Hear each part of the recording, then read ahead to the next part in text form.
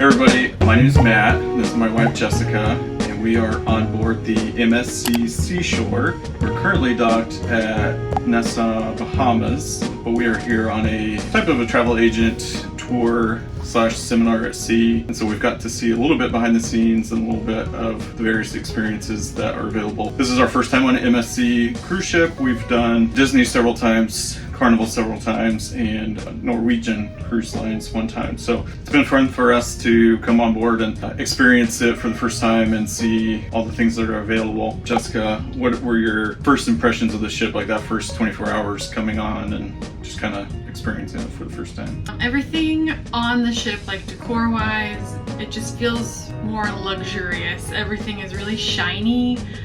There's lots of light and mirrors everywhere, just to give this impression of brightness and space that isn't necessarily there on a cruise ship. Yeah, and I would say like Carnival is also kind of a bright ship, but it's more like fun colors, like red, like in your face type colors. This is more sophisticated, in your face, I guess, more luxurious. Yeah, that's a good way to put it, I guess. But yeah, lots of black and silver and diamonds and white light. The theming for it is New York City. So the main atrium, there's a Liberty Square within the front of the ship that has like kind of a replica of Times Square, and there's a Statue of Liberty, and the restaurants are all New York City themed. Any cruise is roughly the same. It's all a big giant hotel floating in the water. They can only change things so much between them, you know, so you all have the standard food, the entertainment, the rooms, the good service. That's all kind of standard across the board, but I felt like this one was definitely had that feel of being more European, which I think we'll probably say a lot in this video, because MSC is a, I guess, Italian roots company and fairly new to the US, so it's interesting that they have this new approach to America. Like they're pushing pretty hard to enter the North American market, and I would say that it reflects in their ships that they are European. One interesting thing too that was like when you go on a Carnival cruise, one of the first things they do is try to sell you on the drink packages. Drinks everywhere, fruity drinks, all that kind of stuff.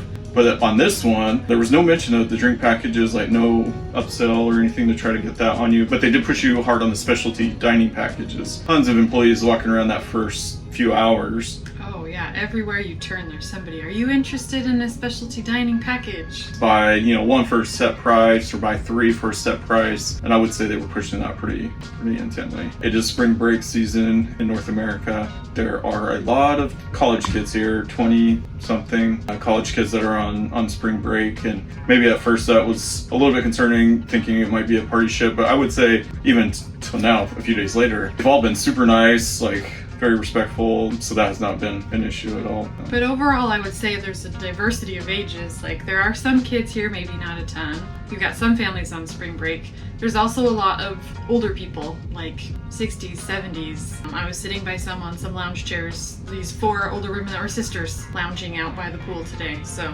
there's really just all sorts of ages. We talked a little bit about the style, the vibe.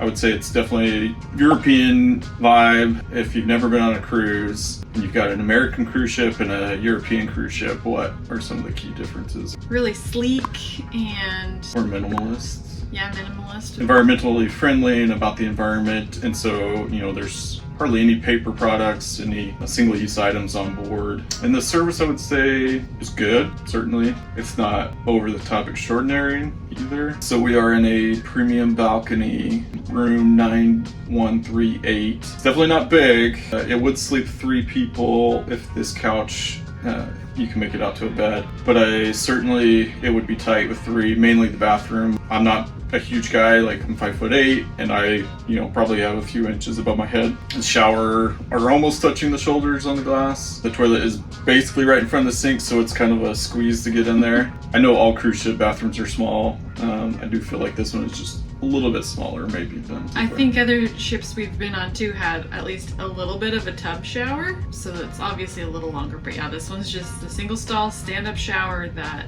you can barely turn around in. If you've been on a cruise before, you know that there's a lot of shopping, an attempt to get you to shop while on board with different stores that sell purses, watches, jewelry, that kind of thing. So it's not a new concept, although I would feel this one has quite a bit of shopping, and it definitely feels like higher end brands, and again, more European brands like Guess and some of those Boss, that definitely a lot higher end type stores. They have a big duty free store, which I think is a little bit unique. But for me, it's not as appealing. I'm not even tempted to go into any of those stores. I'm not going to buy any of that stuff. They have one small shop that is their MSC branded things. So that's really the only one I've been in, because the other ones aren't interesting to me. But I will say the other ones are often busy. Like the jewelry store is often very busy. The like makeup and cologne, perfume area is very busy. I've seen several people in the watch stores. They do not have Rolex, which was kind of surprising, but they have lots of other high-end brands and Tag, however they. One thing about MSC that I've noticed is Disney cruises obviously have all of their Disney intellectual property to pull from. And so they have a great way of theming and a great way of tying in all these stories that we're all familiar with. MSC has attempted that to an extent, in the sense that they have done a lot of collaboration with brands that we're all familiar with. So they do have several Lego statues throughout the ship. They have their own Lego branded, like legit Lego MSC cruise ship in the gift shop. They have just an assortment of Legos that you can purchase, different Lego sets. And in the kids club, they do have like a Lego activity, and some of their bigger ships have, you know, full-on Lego PlayStations and things like that. They also have teamed up with like MasterChef for some competitions, like on the World America that's coming out soon by MSC. It's got an Eataly restaurant, which is it's a retail store and restaurant that they have in big cities like Chicago, New York City. They have an Eataly at sea, which is a first. The skyline with small looking kind of billboards that are electronic, flashing different ads. They are doing a big marketing push with Drew Barrymore. It was recently the Super Bowl in the US, and they had spent a lot on marketing at the Super Bowl with some commercials with Drew Barrymore, and so they have her on digital boards all over the ship. So one thing to talk about is the food, which I wouldn't say we're foodies, I don't like that word, but I think that we do enjoy good food and we like to try different things, and the food on this one has been okay, I guess. Like average for a cruise ship.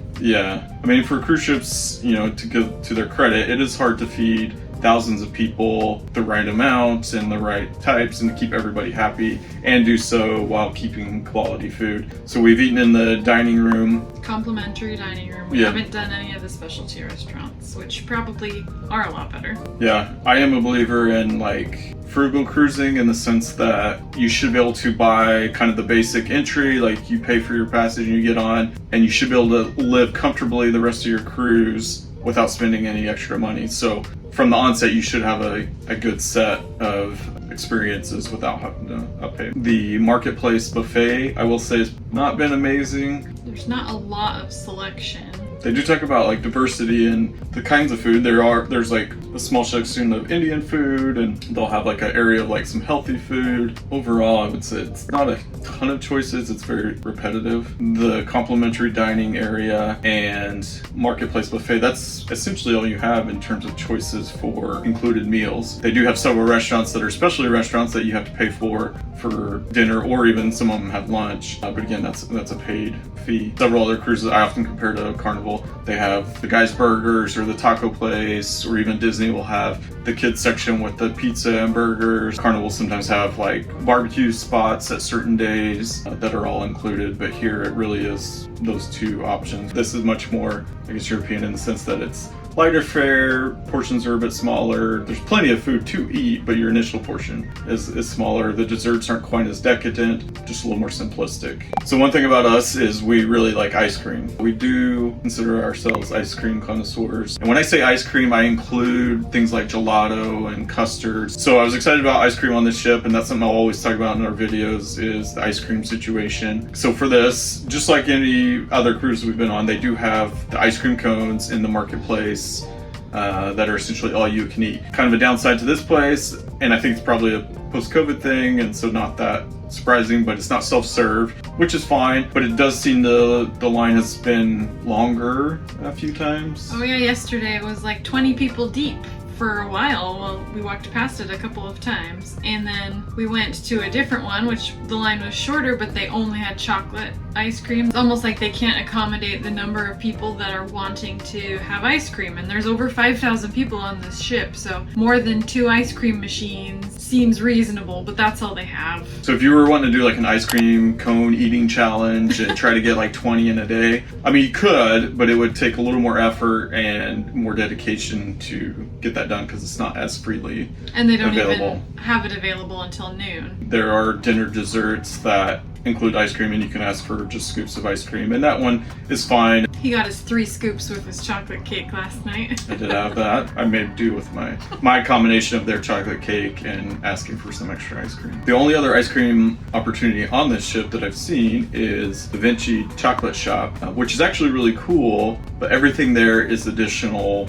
charge. They do have ice cream or gelato, Italian ice cream, and we got a shake, but it just wasn't a good, amazing milkshake. So that was a little disappointing. And they do have at least 2 other spots for the scoop gelato around the ship. So they have the chocolate shop with the ice cream, and then 2 other spots, I think, as part of bars where you can get scoops of ice cream, but it's additional. And I do feel like the chocolate shop is really cool. They have a big open area where they make their own chocolates right there, and you can watch them. They've got lots of Italian and really chocolate from all over the world that you can buy just, by the pound or by the gram, 100 grams, I think I saw. And I could see myself enjoying lots of things from there, but again, it's more that the principle of it, it's an upcharge item that, you have to pay for to enjoy. So, which I'm not opposed to, but I'm not going to go crazy there because it's not included. So yeah, overall ice cream scoring on this cruise, I would probably like 2 out of 5 scoops in terms of a rating of how good this is for people that love ice cream. And I know that one of our big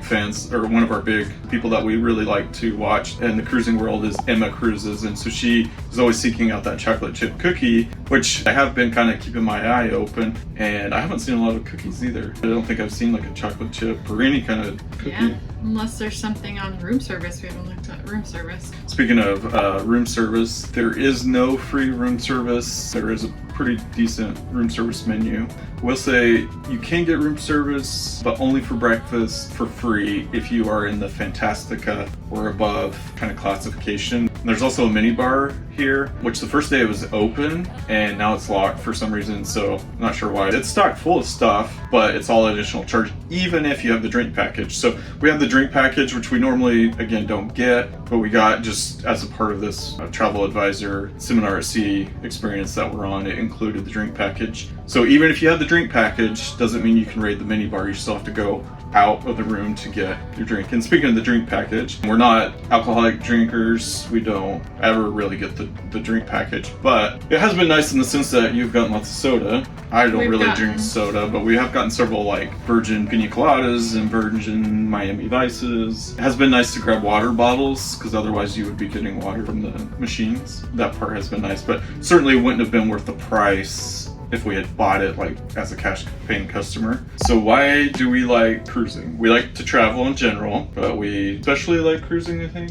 I think it's one of our favorite forms of travel. I just like the convenience of it. Everything is included, which I know a lot of people appreciate, all-inclusive, either resorts or cruises. I really like that you can see a lot of different places and all you have to do is go to sleep and you wake up and you're in somewhere new. You can get off the boat, explore, and then get back on. We do a lot of road trips, so this is a much more convenient experience than road tripping. Again, I like that it's just like you plan it months in advance, you kind of pick out your itinerary, your ship, your room, and you even pay for it in advance and get everything ready so that way once the cruise comes, like really the only thing you have to focus on is getting to the terminal to get on the boat. Like that's usually the most stressful part if you're flying in or driving in or whatever that is. Like that takes planning, but literally once you walk on the boat, stress-free, worry-free, like you don't really have to plan or do anything.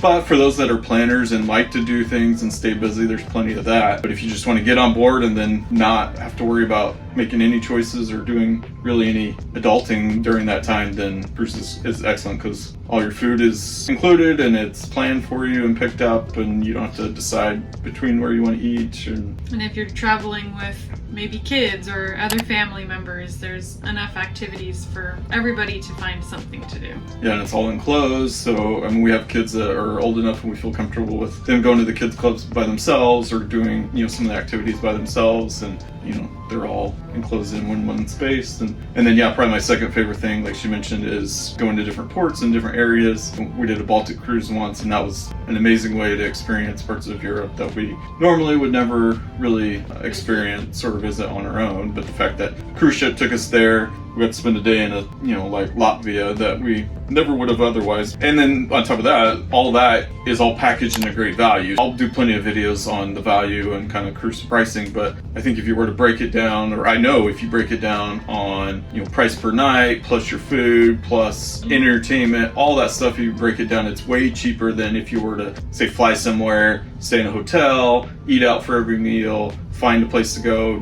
get entertainment, go to movies, go to parks, or whatever it is. Price per night or price per hour, I guess, even on a cruise ship is way lower. So my name is Matt, and this is my wife Jessica. And a little bit about us is we have 3 kids, Colin, Isla, and Kate. We've traveled a lot with them, and we have done so since they were little. We really enjoy traveling and hope to continue to travel. We've made life choices that have prioritized traveling. We have a smaller home because we've spent more money on traveling, and so that was a conscious decision to say, hey, we would rather travel and do experiences like that than maybe say spend more money on a home. It is a big part of us, and we've been fortunate to be on lots of fun trips, fun activities. We've traveled a lot with family, quite a bit with my family, but a lot with Jessica's family. She has sisters that all, for the most part, love to travel and do different experiences, so we've been fortunate to be a part of that. We live in South Carolina, just outside of Charlotte, North Carolina, so we live on the South Carolina side,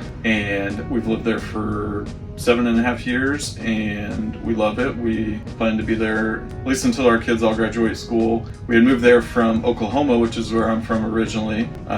We spent quite a bit of time there and thought maybe that would be home for good, but fortunately, or I guess luckily, we got to have an opportunity to move somewhere new, and are really glad we did because we really enjoy it and really like where we're at. And I'm from Oklahoma originally.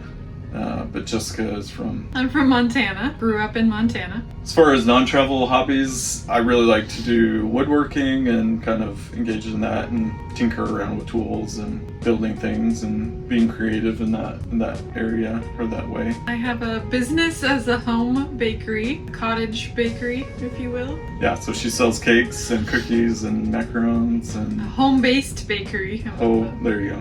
Whole bunch of stuff, and she has paid for lots of our travel over the years with her income from that business, and she's a great baker, great cook, and so we don't often eat like store-bought processed treats. It's usually from scratch, homemade. Our kids recently discovered what Cool Whip was. They didn't know what that was because we have homemade real whipped cream in our house. Yeah, we have enough treats at our house that I think our kids are kind of to the point, and even myself, like, well, I eat plenty, but I don't eat as much as I could. It's always around, but I don't feel tempted like I used to just eat all the stuff that's around. Sure. Treats are a high priority. Yes. And ice cream, and That's a treat. Yeah, we have based a lot of our travels around ice cream. We've done a Northeast road trip where we went all the way up to Maine and to Niagara Falls and back down with specific stops planned based on ice cream places. And make sure to follow along, like and subscribe. Thanks for watching, and thanks for being a part of this. We're not the most camera friendly or not camera friendly, outgoing people. This is somewhat uncomfortable for us, I would say, do something like this. But we do travel a lot, and I like to talk about travel. I really do like when people ask me questions. Probably like most people, like to tell you about my experiences and what I like and didn't like. And so I think this is a way for me to get that out there and hopefully, maybe help somebody with some questions that they may have, or just be a sounding board for different ideas. Thanks again for watching. Stay tuned for our next video where we'll dive deeper into this cruise, covering the entertainment, our port stops, and a few surprises along the way.